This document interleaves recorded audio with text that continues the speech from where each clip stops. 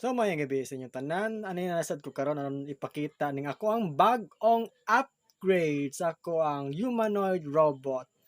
So katong niaging video na ako'y gingon nga I will going to control this robot through Bluetooth communication. So ani ana mo ni ato ang Android app, personalized Android application nga pwede na ko i-control ni nga robot.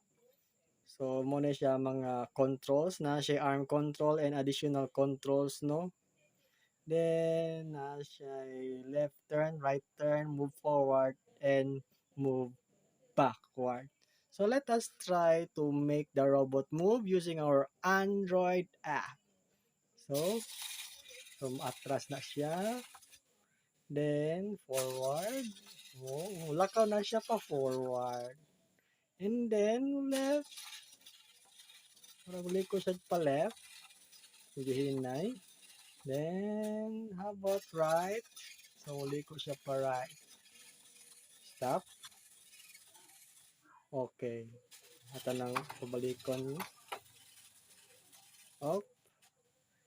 So, forward. And stop.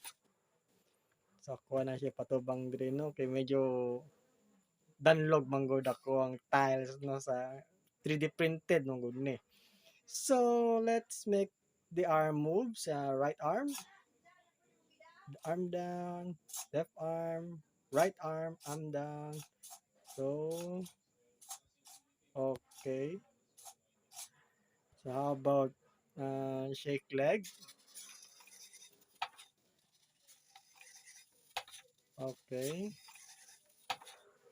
How about up, down? Okay. Then bend legs. Oh,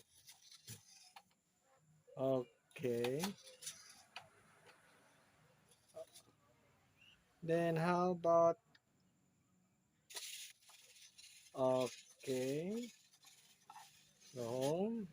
Then napatay. Bend legs. Ayaw mo naman din, no? Anara mo din.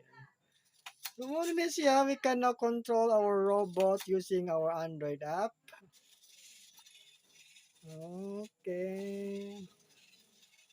So, that's all. Thank you.